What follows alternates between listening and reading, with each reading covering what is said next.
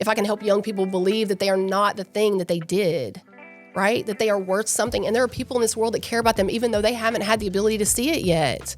The right people have not been in their lives in a healthy way to do the thing, because as a society, we do not address trauma, and trauma is going to move. Welcome to Vulnerability Muscle, the inspiring podcast challenging norms and helping you redefine vulnerability as a strength. I'm your host, Reggie D. Ford. Each episode of Vulnerability Muscle dives into a variety of topics such as mental health, social issues, and mindset shifts. We explore the power of vulnerability in fostering meaningful connections, healing, building resilience, and promoting personal growth. Sometimes these conversations are uncomfortable, but good workouts often are. So join us and flex that vulnerability muscle.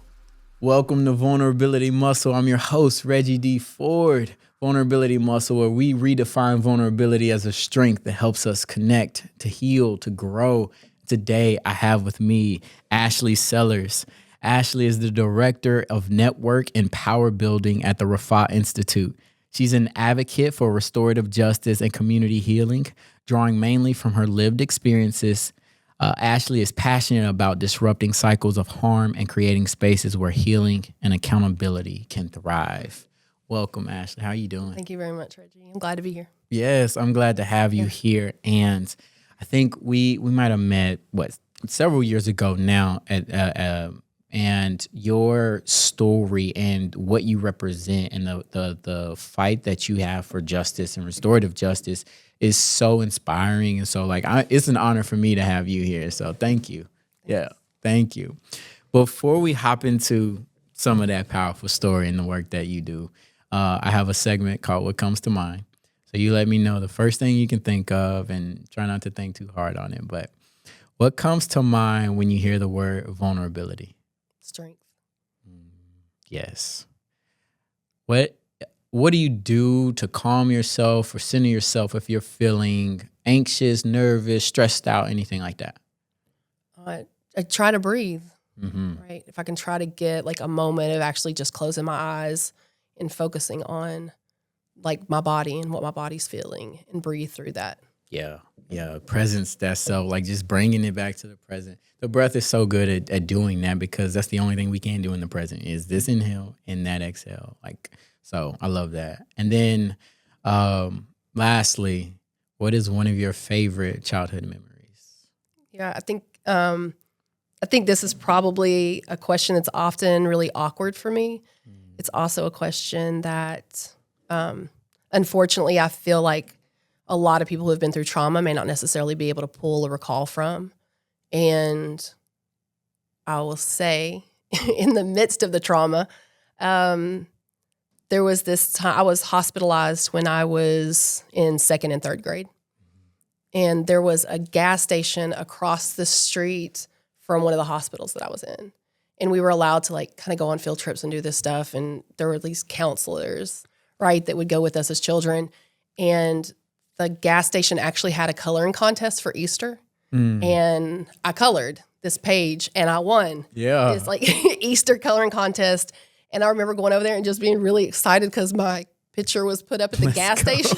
No, that's dope. And I got a really large Easter basket full of stuff, and was really proud of the thing that I had created. That wasn't anything that came from anywhere else. It was myself. It was my vision. It was my creation. It was things that even in a moment that were really, really impactful and tumultuous for me, I was still able to have some outlet, and in some way that was recognized, even if it was at a gas station countertop, right? Yeah. Oh, that's so cool. That's so cool to be recognized for that. And so I appreciate what you said about, pulling positive memories is hard for people who have experienced trauma, and to look at the childhood that was, or the childhood that we wish we could have had, and realize that no, it was fucking shit. It was trash. I hated it. And I try not to go back there when I, as least as possible. And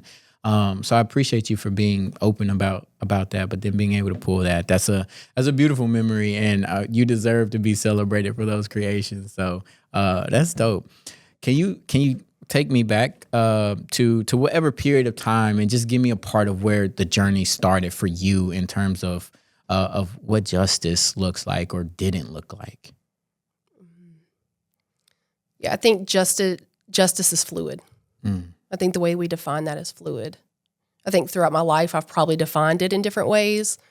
Some of that is growing up and having other people define stuff for you and not being in a place yet that we understand how conditioned we are to define things in a way that may not necessarily align with who we are at our core, right? It is just that rhetoric that we have heard over and over through generations that we then regurgitate in some kind of way that is really absent from our thought. It isn't embodied in who we are, how we think, how our mind works, how our heart works, and what we've experienced. It is just regurgitated, right? And my father, I think the part of the thread that in some ways has seemed irrelevant and just kind of traumatic, but it also really resonant for who I am and the path that I'm on today. My father was highway patrol and was super abusive, was an alcoholic, and did not move in the ways that were appropriate for anybody in that position, nor anyone who was a father in any kind of way.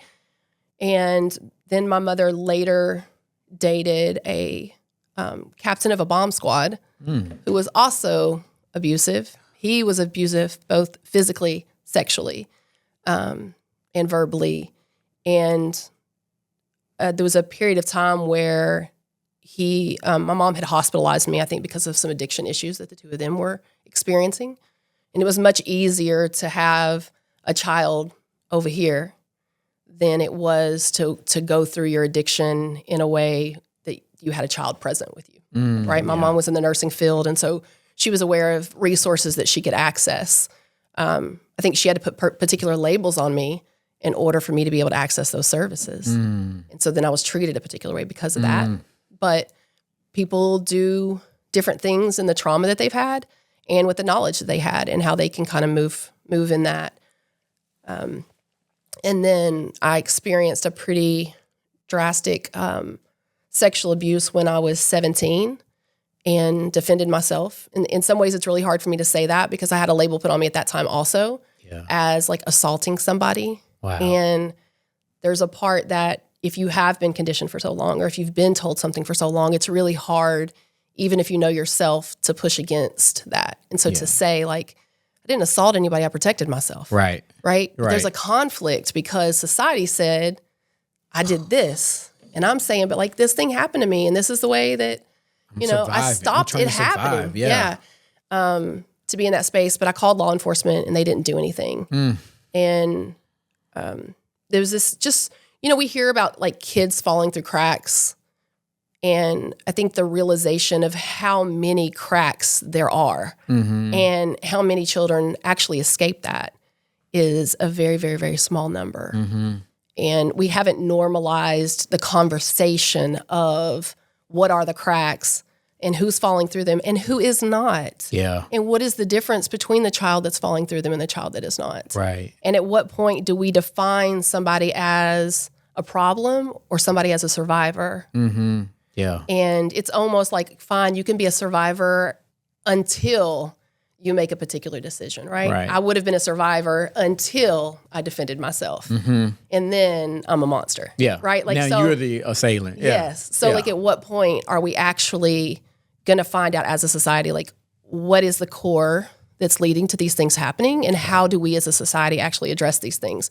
So I think it's this series of experiences that lead me into the space of all of the ways in which the systems are portrayed like they're supposed to respond and don't. That puts in a way of like, we have to do something different. And if I can use any of the experiences that I've had in my life to help with that narration, like I want to be a part of that. Definitely. I just noticed like you took your hands behind your back and you started to breathe. Like, what did you feel in your body? I think, again, it's the contradiction, right? It feels the space to say, like, I'm going to tell you what my story is, and internally I wrestle with how it's how it's received and how accurate it is because I've been told it is only this way. Yeah. It's just a really hard. I'm a Virgo, and so honesty is really important to me. Integrity is really important to me. Rules are really important to me. And so it is just even in the space to give a push against an authority that says this authority is deemed by so many people like they are the ones that are always right. And so often that's not the story. Yeah. And even as a white woman, it's normally less the story as it applies to me than it is that it applies to people of color. Yeah. So if I've had the experiences that I've had sitting in the privilege that I have, what more is the story for other people?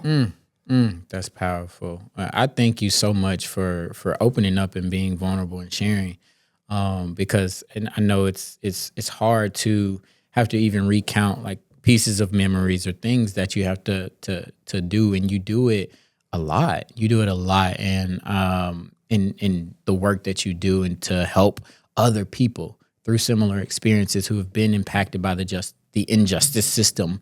And it is remarkable to see you stand in that strength and be able to own your story in that way. What is your truth as it relates? So the conflict and the expectations and the authorities say one thing. What is your truth as you experienced I don't even want to finish that. What is your truth? Yeah. I think if we're talking specifically about like my incarceration or that legal experience for me,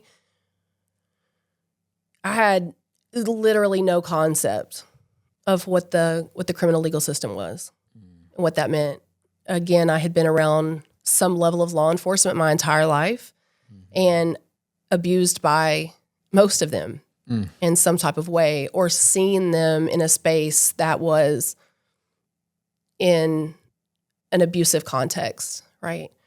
The boyfriend that I mentioned that my mom had, he almost beat her to death, and she was able to call 911, and he actually intercepted the phone call when they were saying like, who's in the area. No. Yes. Whoa. That's next And then level. he was like, I'll be the first responder to this thing. Oh. And still, like, when I talked about when I talked to people about the abuse, even family, right? When I said like he abused me the entire time that they were in a relationship, they were like, no, like he was captain of the bomb squad. Like he was a high-ranking officer. Totally like he was a generational law enforcement person. Like there's no way, like I can't believe that he would have done that, right? Like there's this continual space of whether we want to be a part of it or not. There's let me go for a second. There is this video that we watch often.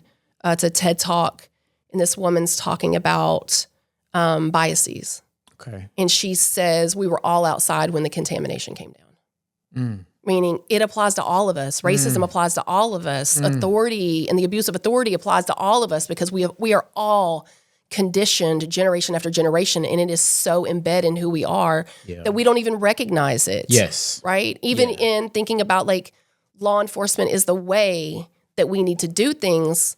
My child loves Legos. Yeah. Right? And he's like, I want this Lego kit. And I look and it's like age 3 appropriate. And I'm like, cool, let's do this thing. And then I get it home and there are handcuffs in it.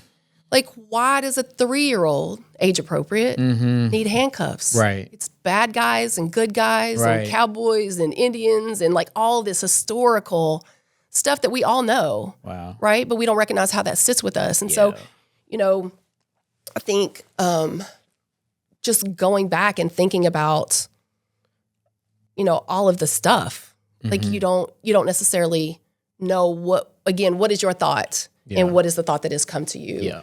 And so I remember saying stuff like, oh, nope, if you do the crime, you do the time. Right? Like to yourself. What does that even come from? Because you just walked into something that somebody else has said. Right. Like, what does that even mean? Wow. You want to act like an adult, I'm going to treat you like an adult. Like, what? Because I was a kid transferred into the adult system. And I'm like, wait a minute, I wasn't acting like, no.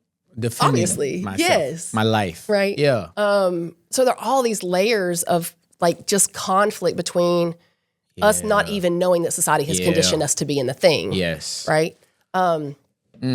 Yeah. That reminds me of a book that I'm reading currently, The Myth of Normal by Gabor Mate. and he's talking. It's more from a health standpoint, both physical and mental health. And he gets into some other stuff later on in the book, but of all the things that we have normalized and accepted that are totally unhealthy for who we are as people, as children developing, as women, as men, as black, like it's unhealthy, but we have stamped it normal. And it has led to like, we're growing unhealthier as a society. We're growing less tolerant of each other. We're growing less resilient.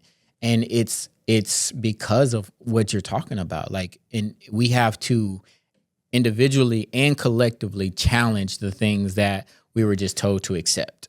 Challenge the phrases, I think it's crazy because I look at like movie plots and how like the plot of movies are so violent. Like so and so gets murdered and then like da da da da da da. And it's like we're starting with murder as the plot of a movie, and we just go out into the world, and that's like what we are conditioned to normalize. It's crazy to me. But we do it to our kids too, right? Like Tom and Jerry. Oh, like, yeah. Right? Like, yeah. I'm going to cut your tail off with a saw. Yeah. I'm going to hit you with the whatever. I'm going to feed you to the dog. Like, when you say it, it's like, wait, like that's all the stuff that's in there? But yeah. Violence is everywhere. Yeah. It's everywhere. And we just accept it. And we wonder why the kid who is being influenced by this, that, and that turns to violence when they have to solve an issue. And so, but I have tremendous amount of empathy for your story. And I like you just shared earlier before we started recording about the time that you were sentenced and how much time that was. Can you speak to that? Yeah, sure. So felony murder is a thing in Tennessee. I didn't know this at the time. I mean, not that any of it would have, if I'd had the knowledge. It's not a preventative, right? When you're in that space. The law changed in 1995, July of 95, Biden and Clinton actually said they were building off of the super predator myth, right? This is post Central Park 5. Trump is trying to offer money for the death penalty for these young people. It's come out now, like there's all these documentaries that none of them were responsible. None of them were guilty. None of this was, accurate of what happened. But there was this thing said, like, these kids now are just born super predators. Like, that's how they're coming out of the womb. It's inevitable. They are murderers and rapists and robbers and all of these things. And so they put federal money out to states to say, build more prisons and increase your sentencing laws. This is a part of the crime bill.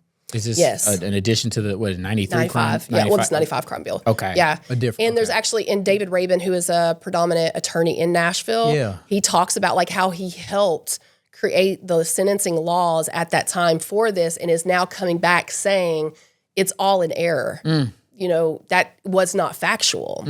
And so the life sentence in Tennessee was 25 years. It jumped to 60. Gosh. And currently there's even some question about what it means because they also enacted this 100%, 85% law. So the life sentence is 60 years, but if you have life with parole, it's 51 at 100 or 85, but you expire your sentence at the 85%, so you wouldn't go up for parole. But when we're trying to talk about it legislatively, people are saying, well, we haven't got there yet, so we really don't know what happens. But you know what the statute is for all of the other 100%, 85% laws and how they work. You expire your sentence, you don't go up for parole. So there's no reason to believe that the way it's applied there would apply any different to a life sentence, right? But that's just probably just a rant. So that's a space that was in. My responsibility happened in December of 1995.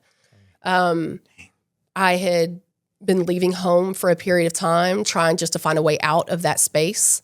I didn't know how to get out of there. Again, I was almost raped. I was sexually assaulted, almost raped in October of that year, called law enforcement. They put me back into the same house. There wasn't children's services. There wasn't, do you need to go to the hospital? There wasn't any, like, do you need counseling? Do you need anything? There wasn't any question of the individual that they found with just a T-shirt on, who was an older man, right? Kids don't just respond this way. Right. Like, that's not, super predator myth is false. Yeah.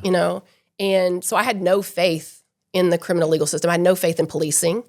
And honestly wasn't in a spot for me to do anything. Yeah. And so the gentleman who I was staying with got out of my car, was gone for a period of time. He got back in my car and I said, did I hear a gunshot? And he said, yes. And as I have processed my stuff and as I've been in my space of healing and accountability and what that really means, at the time, I probably would have told you I didn't know what he was going to do. Like hands down, I didn't know what he was doing. Right. That happened. And now today, what I would say is I heard him say stuff and was not in a mindset of being able to say like, wait, what are you talking about? Like, you can't do that. Like, you shouldn't hurt anybody. You can't. There was nothing there for me. Right. And even in the moment when I realized that something had happened and knew intellectually like somebody's hurt, whether I knew they were dead or not, knowing that somebody was hurt, I was in a space of like, oh my God, like you've done something wrong and that means I have to go back to my house. So I wasn't even able to process somebody is hurt somewhere. Yeah. I was just thinking, I'm going to get raped this time. Like there's no way around it. This is going to happen to me. And this is not only respite, like this is the only thing that I've had and now I have to go back. Yeah. Right? And so when we think about like adverse childhood experiences and the way that our brain forms around trauma and how we move, like I was going to the shelter feeding people, right? Like I was in the space of, I don't have anywhere to go. You know, there's substance use happening. There's violence all around me. All these things are happening. And I want to go volunteer at the shelter. Yeah. And I'm going and doing that, which was core to who I am. Wow. And still, I was in a place of somebody is hurt and I can't even focus on that, even though that is core to who my personality is. Because that survival kicked in of like, I know what this means for me in this moment. Yeah. And that's not something that's allowed to happen in the criminal legal system. Wow. Right? You can't say, no, actually, like this is my truth. Yeah. Or this is what's happening, or this is what's going on. And so Cynthia, I'll bring her into the room. Cynthia Lynn Page is the young woman who was killed. She was a college student. Brilliant young lady, loving family, you know, working herself through college, and her life was taken. Wow. And that was the gunshot that you heard. yes. Yeah. Yes. And what was her relation to you? I didn't have a relationship with didn't have her. one. The gentleman that I was staying with apparently had worked at that establishment. Okay. And he knew their processes and needed money, and so he went to rob her. And I don't know all of that happens. Yeah. But literally, I wasn't even on the property. Wow. I was parked at a church somewhere else. You know, he got out of my car. He got back in my car. Yeah. And even in that space, I was like, when conversations of like when I got arrested, I was in a space of like, that's accessory after the fact, right? Like I didn't know anything was happening. I did this. I didn't know that felony murder was a thing. I also had been in a space of you can't trust the police, so you shouldn't say anything. Yeah. So I didn't give a statement. Right. And which probably was protecting you as well, because who knows? Yeah. There's so much. You know, yeah. There's so many layers of that.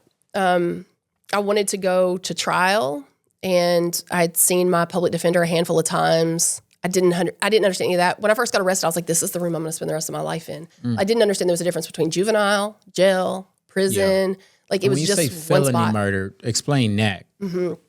So felony murder says that you are with somebody in the event of a felony when a homicide occurs. Gotcha. But it doesn't necessarily mean that either of you have to have a weapon. Gotcha. So like two people could go into a store with the intent to rob. The store clerk could kill one of them. And you would be responsible for the homicide because it's like cause and effect. Wow. If you had not done A, then B could not have happened. And so you're responsible for the totality of all of it. Wow. And I had never heard of any of that before either. Wow. Right. And still didn't feel like I was, I still wrestled with the space in being true to my accountability. I wish I had been in a space that I could have tuned in and said, like, wait, what are you talking about? Yeah, step up and advocate for yourself. Yes, yeah. I'm a huge advocate. Well, I'm an advocate for other people. Yeah. Like, that's been my life, too. Yeah. And there's no way in my right space that I would have said it is okay for us to do this thing or it's okay for you to do like this thing. Like you said, you mentioned your heart. Like, you were out there feeding people. You were out there doing things for other people. And at the same time, like you were conflicted because there is so much trauma in you and amygdala hijack is real. And so you can try to say, I'm going to make all these rational decisions all day long. But when you have experienced trauma, you don't know what you're going to do in those moments. It's not rational. And it's not, our brains aren't created for it to be rational. It's created to keep us safe and alive. And so the choices and the things that were made, I don't even like using choices because sometimes they're not choices. It's survival. It's survival. And to be like, I hadn't known explicitly what felony murder was, but that, oh my goodness. So what ensued for you after that, and how did that process go? Yeah. So, post arrest, I sat in solitary confinement for quite a while because of my charge. I thought that was the life that I was going to live. Juvenile was a box. You had center blocks as the bed. You had a thin mat on it. There was a window there, but it was so blacked out that you couldn't see anything.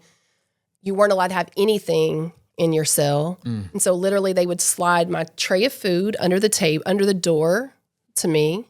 And if I needed toilet paper, I would say, like, I need to use the bathroom. And they would literally roll off what they expected was enough toilet paper for me and slide it on the floor under the door for me.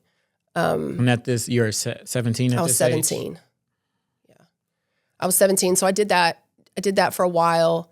And then I got transferred into the adult system. They transferred my physical body into the adult system. They didn't know what to do with me there either because I was a female and because I was a kid, right? You said physical body. Speak to that.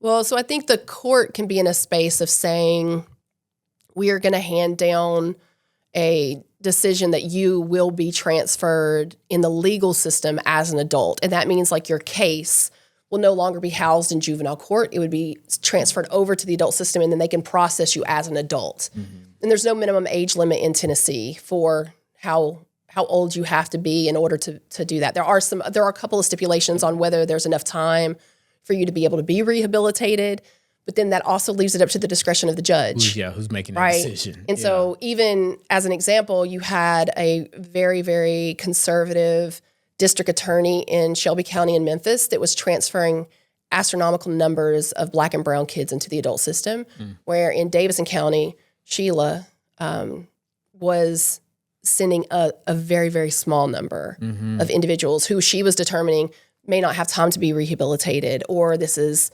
multiple times that something has happened, or whatever those little core things are to say, like, now I really don't have a choice as a judge because these things are present, that's a decision you have to make. So when I went to court, the judge wouldn't even take my address under advisement. He said that I had to have been staying with my mother because I was a juvenile. And it wasn't legal for me not to be in her custody. It wasn't until years later that I found out that he was actually a patient of my mother's. Wow. So there was a conflict. He shouldn't have been hearing my case to begin with. Wow. And there was so much abuse. I mean, the story that I make up for myself and that some of my family makes up is that there was so much abuse that was happening that there were these series of things that my mother did to make sure that she was quieting down the likelihood of somebody actually hearing what was happening. And power and privilege, right? And so they said, no, that this was the address I was supposed to be staying at, which was my mother's address. Wow. But then my physical body was moved into the adult space, even after my case had been shifted to be held in that space. Gotcha. Okay. And so then they didn't know what to do with me. So they kept me they kept me locked down. At this time, it was 24/7 because I was completely ignorant. I had no idea what my rights were. I didn't know what I was supposed to be allowed or afforded.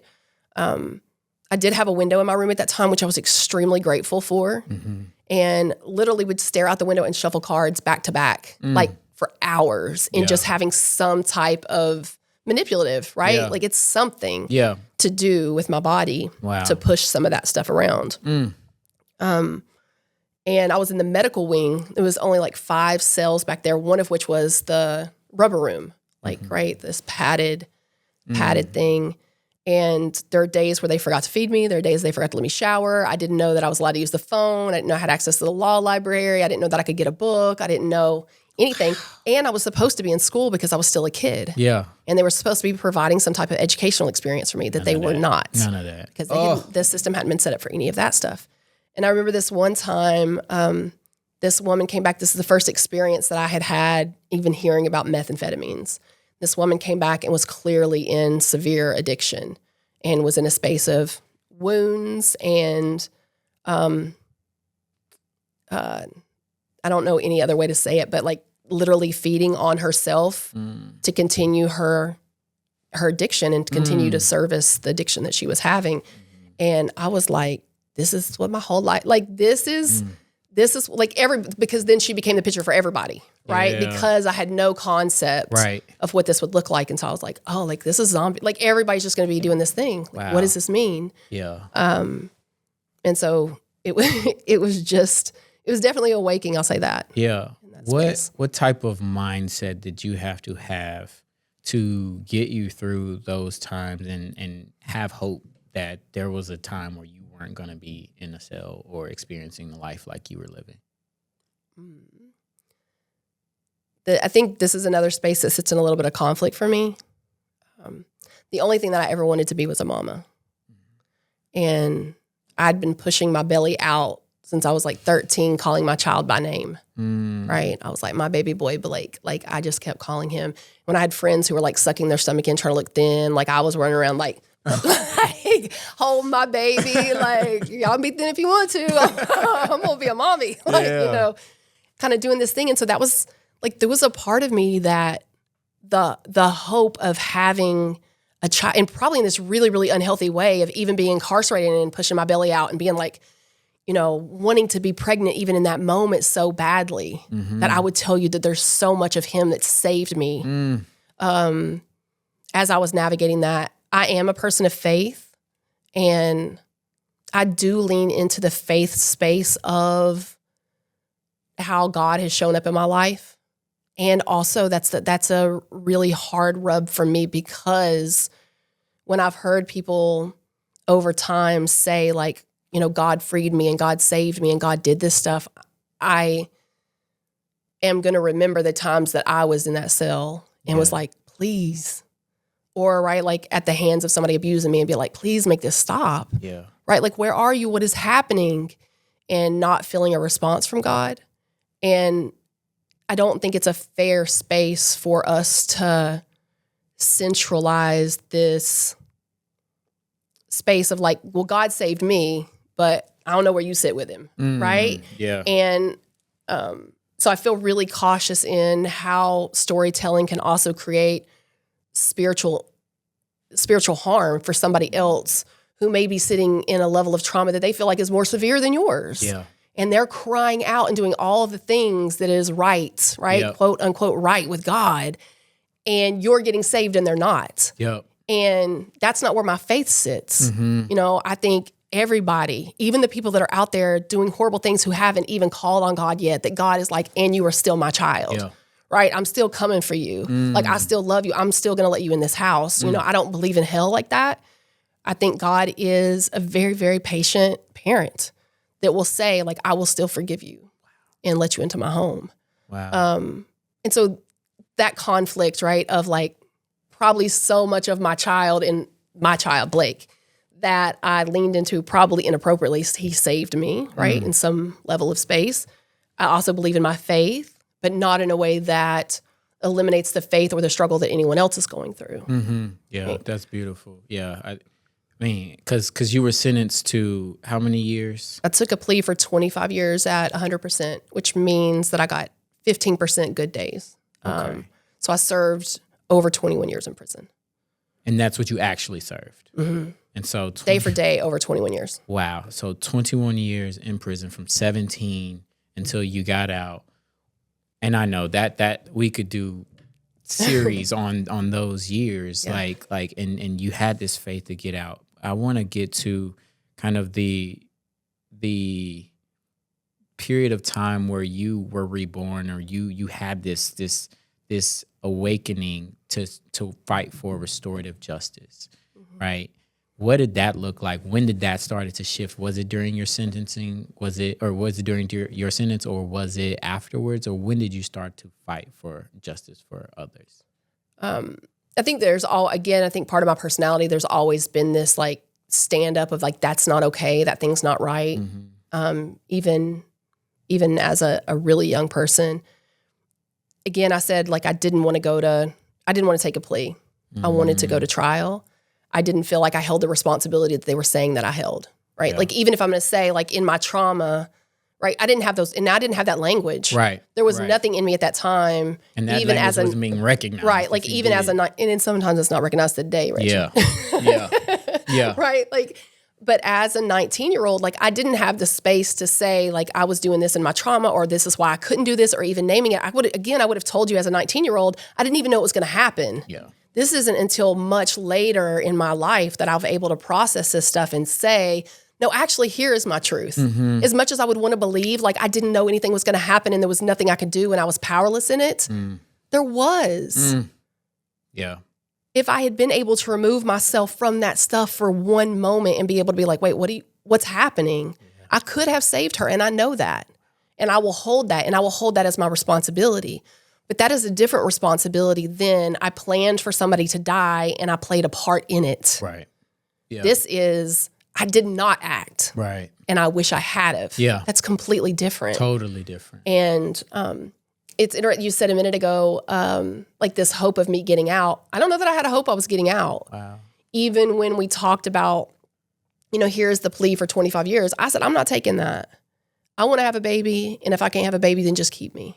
If that is the only thing that I know, then you just keep me there. What am I going to come home to? I am 17 and all I know is crap. I never had really anybody good show up in my life for an extended period of time.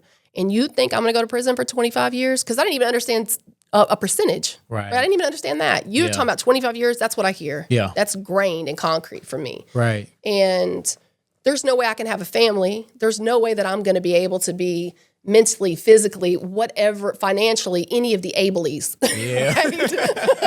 I'm not going to be able to be any of those when I come out at almost 40. Yeah. What am I going to do? Wow. Right? I haven't even graduated high school. Yeah. And this is like what you think is going to happen with me. Right. No. Like I will take the chance between a 25, which would be a life, which for me at that time, that feels like you're keeping me forever and I will never be able to do anything else. Yeah. Or a 60-year sentence. What is the difference when that's all I know? Yeah. Like, just leave me there. And my mom, who I have a really, really poor relationship with, came up to the jail crying, begging me to take this plea. I said, I'm not taking it. And she said, they told me that you'll spend the rest of your life in prison if I don't convince you to take this plea. And I was like, it's not. Then that's what it is. Yeah. And still sitting with, again, thinking about all of the dysfunctions that children in trauma have and what codependency looks like. And still, even this space where she never protected me, feeling the demand of myself to protect her. Yeah. And that's how codependency plays out so often, especially for young people, is that no matter how much they've abused you, and people don't understand that either. They're like, why would you protect when they did A, B, C. Right. And not understanding that isn't how we work. And we're meant to be communal people. Right. We're meant to protect people. Right. This is the shift that's happened because of the way that we've moved in this world, is that we now protect people who haven't protected us and do so in an unhealthy way and demand this type of connection. Yes. Right? That's not what it's supposed to look like. But the desire to want to love and to protect and to be there for is beautiful. Yeah. That's your heart on display. Yeah. That's beautiful. Yeah. For a kid to say, like, I'm going to even go sell drugs because my mom's in addiction. Yes. Like, that's out of love. That's not out of, like, being a heathen. No, at all. Right? Like, my mom is doing X, Y, and Z in order to get dope. And I don't want to see my mother doing that.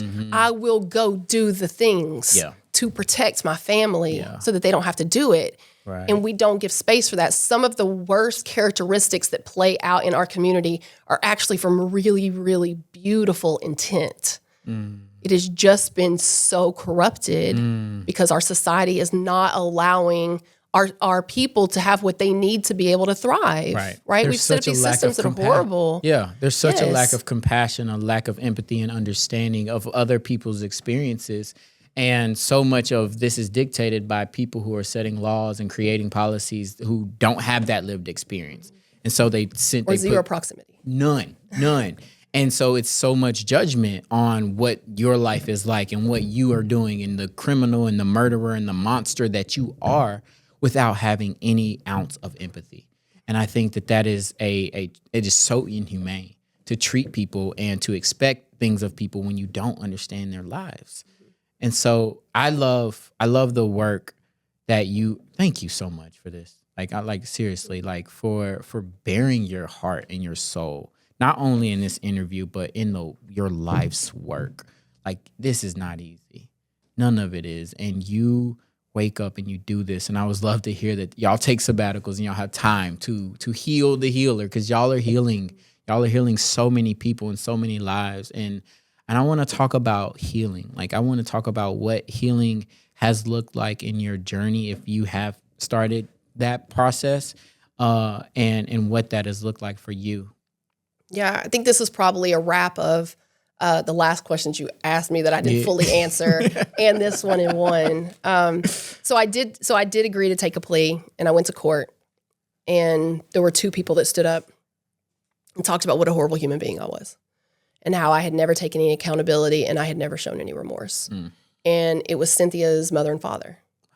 And I didn't know that, and nobody had prepped me for that, and there wasn't any type of conversation about victims and victim impact statement and how have your decisions impacted your community, and there was nothing about any of it, right? And I've always been pretty outspoken in spaces, and so I raised my hand in court and was like, hey, like, I want to talk to you. Yeah. Yeah, I got something to say. Can we have a conversation? Yeah. You know, because again, also a kid and not understanding like any of it. So like you said something like, no, can we rap? Like, can we talk? And the judge, of course, was really upset at me. And then the family said, no, we want to have a conversation with her. And the judge allowed that to happen. And so we went behind closed doors. It was myself and her parents. And I said, your daughter's death saved my life. And they grabbed me, hugged me, cried with me, prayed with me, loved on me, told me stories, and laughed with me. And they actually brought Cynthia's cross to court.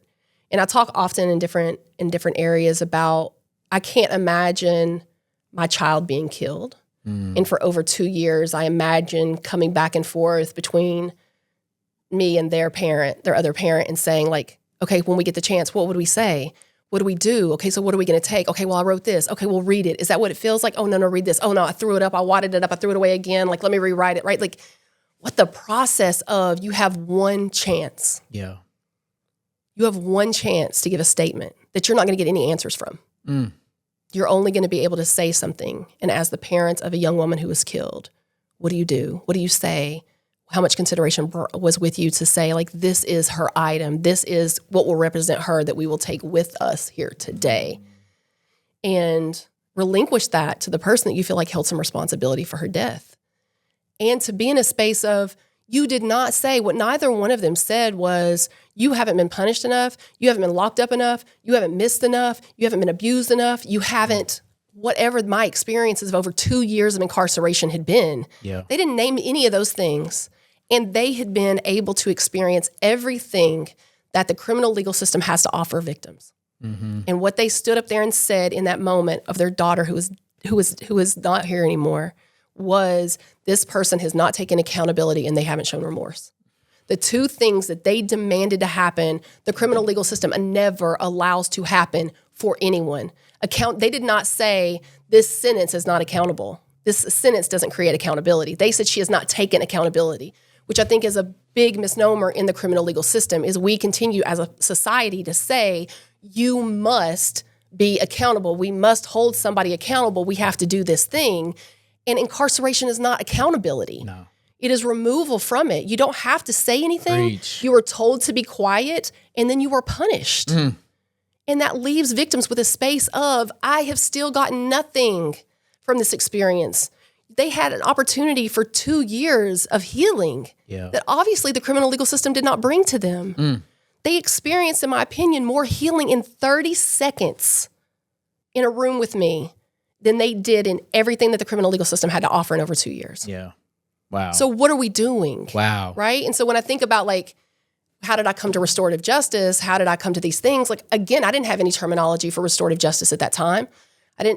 I raised my hand ignorantly and just hollered across the courtroom because I knew what they were saying was not who I was. Yeah. And my heart, again, who I was, true to myself, when I heard somebody say, like, you haven't done this thing, I'm like, wait a minute, like, when have I had a chance? When have I been able to do anything that you actually need? Right?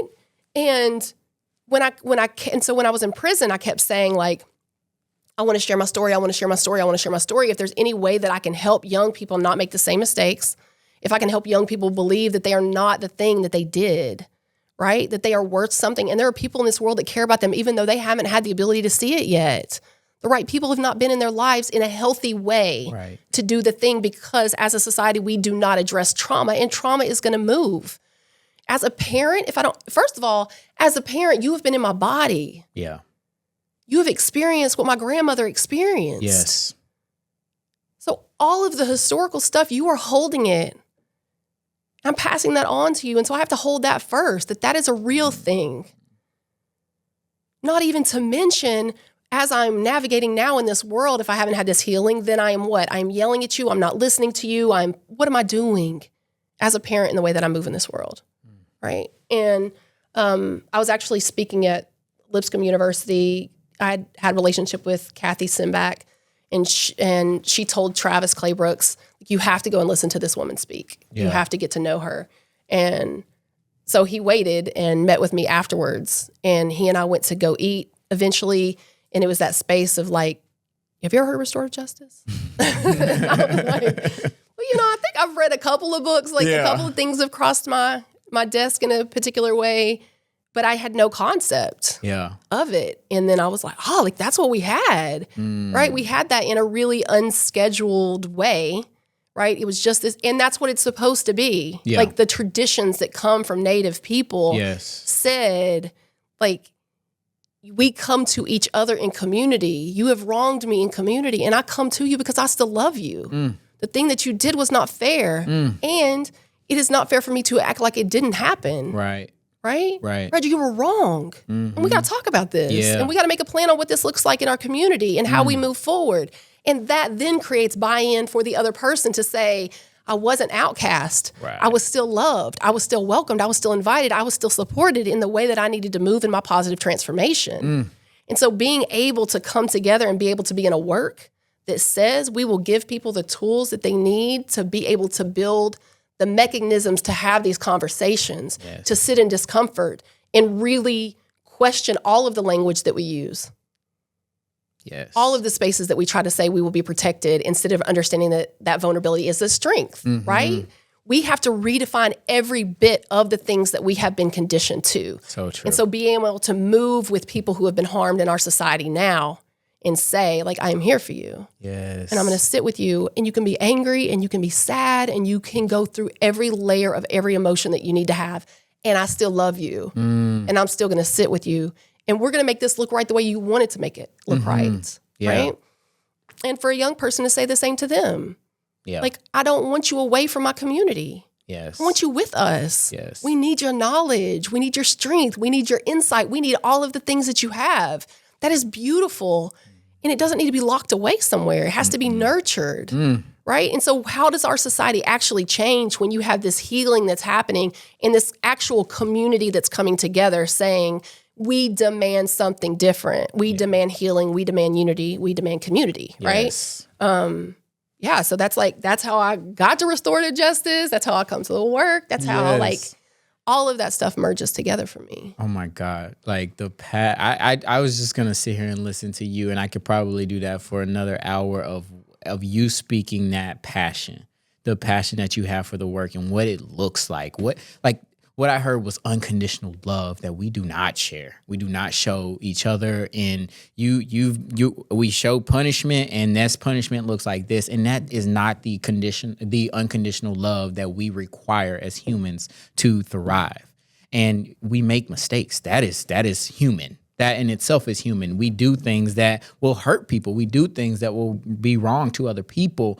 But in the same breath of holding space for love, holding space for the emotions felt on this side and the experiences felt on this side and everything in between, that is what we need to create more spaces where that is allowed in our schools, in our in corporate spaces, in every aspect, in relationships and personal relationships. That type of justice needs to be had. Can you give me maybe some brief strategies on how someone out there, an organization, can implement some form of restorative justice, whether it be for a kid or an adult? Yeah. I mean, I love thinking about the parenting space with children. Mm-hmm.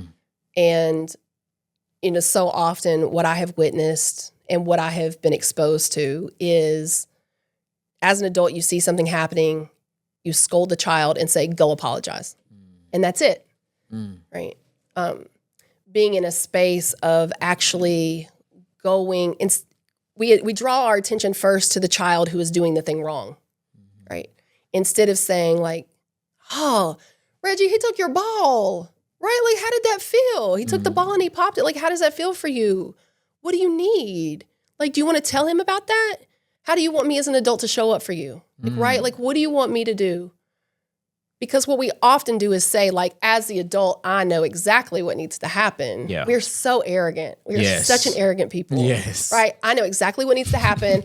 I've got this. I will take control and I will completely eliminate you from this process. And that's what the criminal legal system does. Instead of saying, we will actually teach accountability, we will teach empathy, we will teach how to live in community together. And so you see a young person harmed, and going to them and saying, hey, I saw what happened to you. That wasn't right. Yeah. Like, what do you need me to do? What do you want me to do? What do you want to happen? And I have these conversations with young people all the time. I just did a job fair at a school and had this conversation. And I was like, and what do you want? And they're like, I just want them to stop. Like, I want my friend, right? None of them ask for punishment. None. Yeah. Kids do not ask for punishment. They don't ask anything. They just go and love, right? Like, oh, there's some people playing. Like, I'm out. Like, I'm going. We're playing kickball, right? There's none of the social awkwardness that we are like conditioned to be in as adults. Kids have so much wisdom that we take a strip away from them and we don't learn from them. Like you said, we're arrogant. We need to learn from them. Yes, exclamation point, exclamation point, exclamation point, right? Like, yes. So how do we say, like, how do we show up? What do you need? And then to the person who caused the harm, or to the young person say, like, okay, what is it that you want to say to them? And how do you want me to be supportive in that conversation? Yeah. And for them to go and be like, Reggie, you took my ball and I didn't like that and I still want to play with you. Like, please don't take my ball anymore. And for Reggie to hear, like, yeah, you know what? I was wrong. And I'm not going to take your ball anymore. Yes. And I'm sorry I took your ball. Like, yeah, can we go play? Right? Like, it's so easy. It's so natural. Yeah. And so I think where our society would change the most is if adults began to listen and nurture what children are already really, really good at. They have not been tainted in the way that the rest of us have been tainted. Yes. I think even in the corporate space and when you recognize what has happened, I think we have to shift like what HR looks like. Yeah. Right? We can't just keep saying criminal legal system is this and nothing else. HR is this and nothing else. Relationships are this and nothing else. Masculinity is this and nothing else, right? Like mental health is this and nothing else, right? Like spiritual, like all of it. We just say, I don't want you to put me in a box, but I'm going to box everything up. And if you don't fit in this box, then you are wrong. Yeah. Wow. So I think we have to be courageous. I think we have to be vulnerable. I think we have to say, and acknowledge like the things that we're doing and the way that we're moving in this world are not accurate. They're not helpful. They're not healing. They're not in love. And how do we move in all of these ways? How do we deconstruct the boxes? How do we learn from young people specifically what we should be doing? Because they've got that wisdom. Yeah. That's so beautiful. Wow. Wow. Wow. I do not want to wrap this up, but before we do, I have a segment where we do a little fill in the blank. And so you let me know again. First thing, it could be one word, it can be a whole story, whatever you want. But filter's not good. It's all good. It's all good. Whatever you need. Whatever you need. So the first one is vulnerability makes me feel blank. So the word that came to my mind, which I know is not the word that has come to my mind in the past, is safe. Wow. That's powerful. My biggest superpower is blank. Loving people. Yeah. It shines. It shows. Yeah. I love that. I want to ask this question in two ways. If I could tell anyone who is serving a prison sentence right now, it would be this. If I could tell them anything, it would be this. That there are people fighting. that there are people fighting for you, that there are people that love you, there are people that believe that what is happening to you is not okay. And there's a lot of that. That was one of the things I don't think I ever knew while I was inside. And when I came home and saw how many people really like sacrifice themselves and so much to say, like, I'm going to fight for the people that are there. I'm going to fight for the oppressed. I'm going to fight for the marginalized. I had no idea that anybody cared about us. And so I would want them to know that. Yeah. And the other part of that, if I could tell my younger self anything, it would be blank.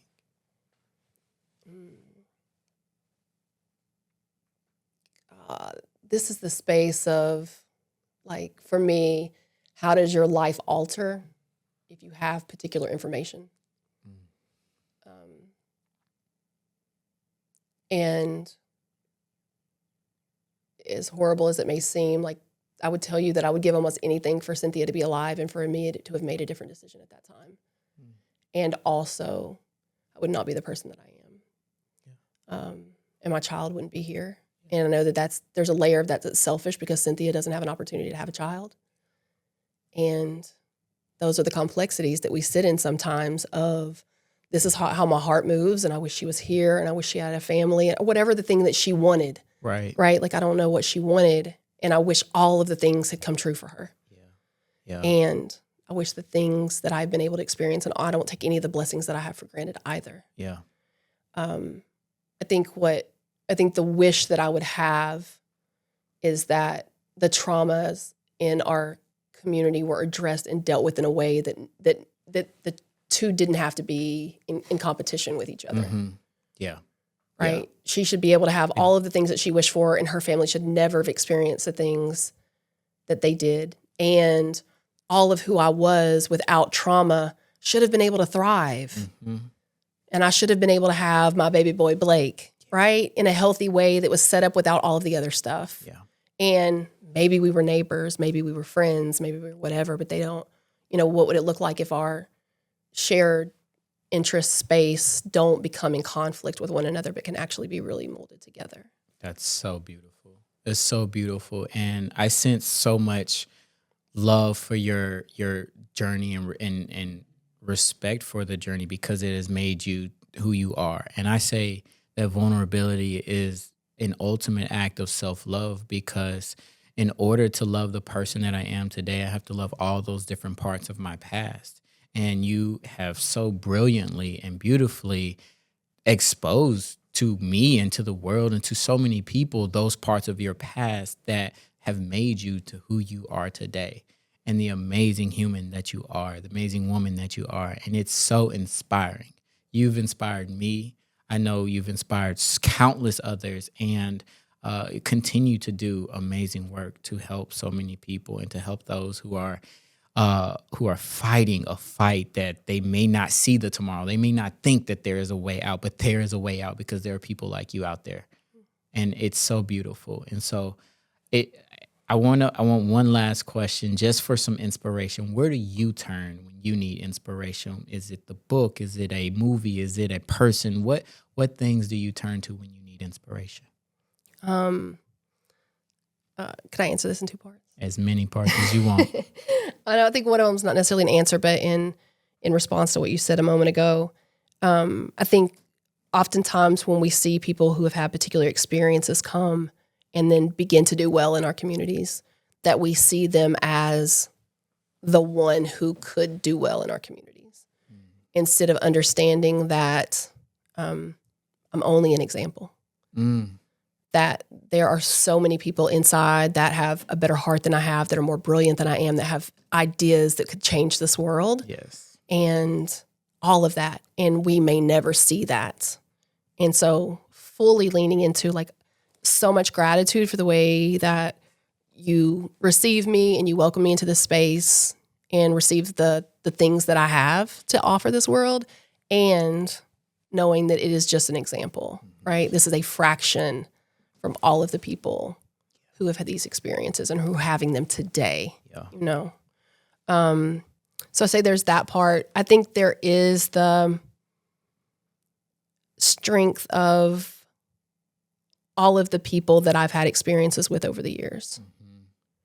that I feel fully in a space of I move in this world because of the shared experiences that we have, and with the welcome and strength that I think that I've received from them, that they want me to go forward and move in this world in a particular way, and exclaim like I am an example, right? That they need that, and they've given me the honor to say that for them, right? Also, right.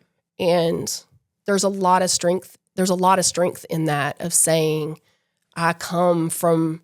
I mean, I have literally been chained naked to sisters.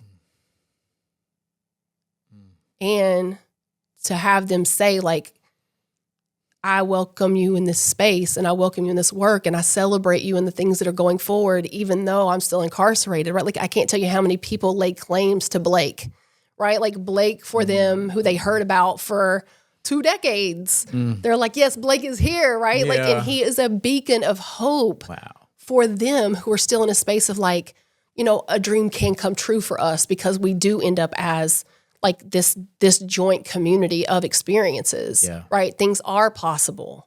We can move forward. Like, these things can be beautiful. There can be healing. We can use the things that have hurt us the most in healing ways. You know, this thing that I've experienced shouldn't have ever happened, but it can also bring forth really beautiful things. Wow.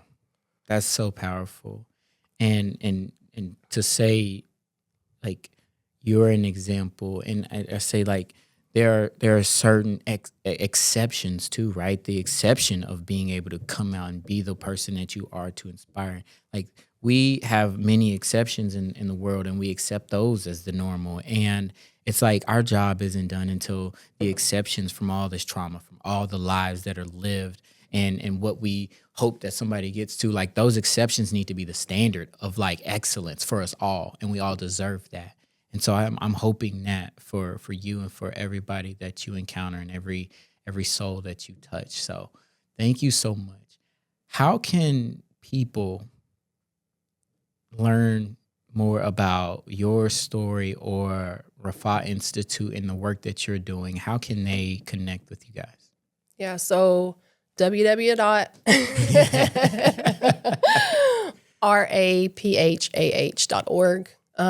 We're Raphah Institute on all social media platforms.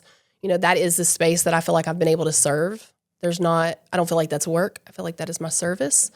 And I don't, whether healthy or unhealthy, Reggie, we ain't got to go into that, but I don't necessarily have a huge barrier in defining like what is personal and what is service, because I feel like this is the reason I'm out, right? Like, this is the reason that I've been given some of the privileges that I've been given is to be able to be in this space. So definitely encourage people to do that. We do have a breakfast event coming up on April the 23rd.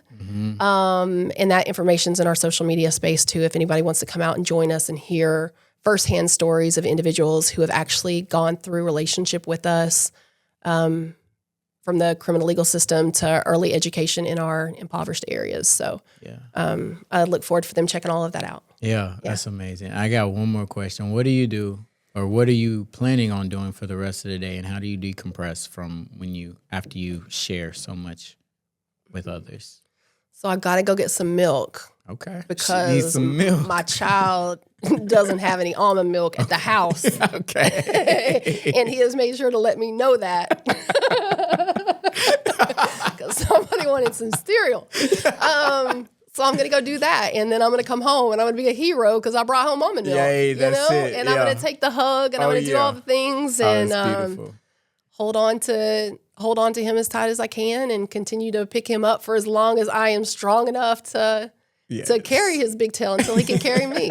So I'm going to do that. I'm also like the best storyteller ever as far as like reading book, not my story. Oh, as far as like reading books. So that's a daytime ritual or nighttime ritual that we have, is getting the book and mommy doing all the different voices and stuff. So that's fun. That's what will be in store tonight. I'll text you and let you know what book we read. Good. That'll be fun. Good.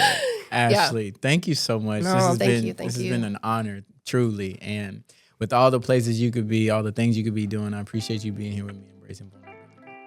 Thank you for joining us in another episode of Vulnerability Muscle. If you've enjoyed these conversations around vulnerability, please consider leaving a review. Your feedback not only motivates us to continue to do the work that we do, but it allows other people to witness the power of vulnerability. Share your thoughts on YouTube, Apple Podcasts, Spotify Podcasts, or wherever you're listening from. And don't forget to spread the word. You can follow us at Vulnerability Muscle on Instagram and me personally at Reggie D across all platforms. Visit vulnerabilitymuscle.com for additional resources and support. And remember, embracing vulnerability is not a sign of weakness. It is the source of your greatest strength. Sometimes it's uncomfortable, but most workouts are. So keep flexing that vulnerability muscle.